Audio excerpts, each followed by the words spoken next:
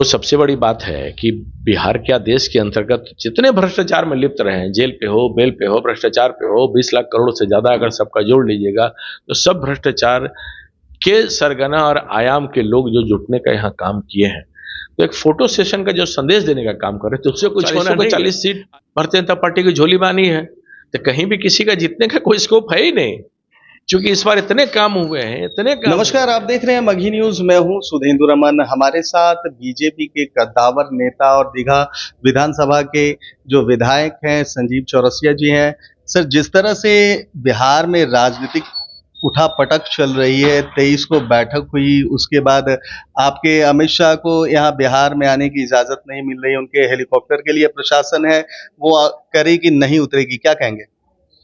आज सरकार जो भी जिस कैटेगरी पर करने का काम करे, जो मैंने पहले भी कहा कि कोई भी व्यवधान सरकार देगी, जनता से बड़ा कुछ नहीं होता है। तो ये छोटी छोटी मानसिकता से अपने आप को रूबरू करने वाली जो सरकार चल रही है, जो सबसे बड़ी बात है कि बिहार क्या देश के अंतर्गत जितने भ्रष्टाचार में लिप्त रहे हैं, जेल पे हो, बेल पे हो, भ्रष्टाचार पे हो, 20 लाख करोड़ से ज्यादा अगर सबका जोड़ लीजिएगा तो सब भ्रष्टाचार के सरगना और आयाम के लोग जो जुटने का यहाँ काम किए हैं, तो एक फोटो सेशन का जो संदेश देने का काम कर रहे थे, उससे कुछ होना नहीं है।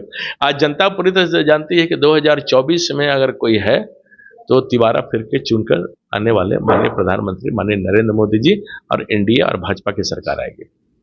जिस तरह से मुंगेर जो चुना गया, मुंगेर लोकसभा चुना गया, एक नए संकेत दिए जा रहे हैं। इस बार ललन सिंह को घेरने की खास रणनीति बन रही है, खास तैयारी चल रही है। पहले से तय था, कार्यक्रम तो माननीय अमित शाह जी का पहले से तय था।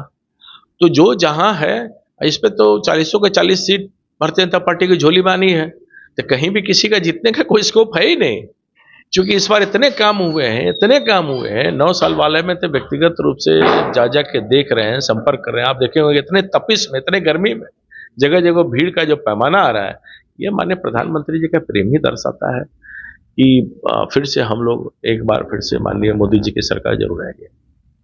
बिहार में एनडीए घटक दल जितने भी हैं संशय में हैं। आपका बयान आता है कि 40 के 40 सीट लेंगे, तो घटकों के लिए क्या बचेगा? फिर सब मिलके जो अलायंस का रहेगा उसमें निकल कर आएगा, पर एनडीए को ही झोली में 40 के 40 सीट रहने का काम होगा, ये तय बात है। चिराग पासवान का भी रुख स्पष्ट नहीं हुआ है कि वो एनडीए, कहने को तो वो एनडीए के साथ हैं, लेकिन जब आने की बात कही जाती है तो दूर दूर तक उनका कोई नाम नहीं दिखता है। आगे आगे देखिए, सब ठीक हो जाएगा, चिंता न कीजिए। नहीं, कब आएंगे? ऐसा लग रहा है कि मंत्रिमंडल में जगह की वजह से तो ऐसा नहीं हो रहा है। सब ठीक हो जाएगा, आगे आगे देखिए, सब ठीक हो जाएगा। तो ये थे संजीव चौरसिया जी, जिन्होंने स्पष्ट रूप से कह दिया है कि जिस तरह से जो एनडीए को स्पष्ट बहुमत मिलने का संकेत मिल रहा है, इस बार 40 की 40 सीट जो है बिहार में एनडीए गठबंधन लेगी। हमारी तमाम ऐसी खबरों को देखने के लिए आप देखते रहिए मगही न्यूज।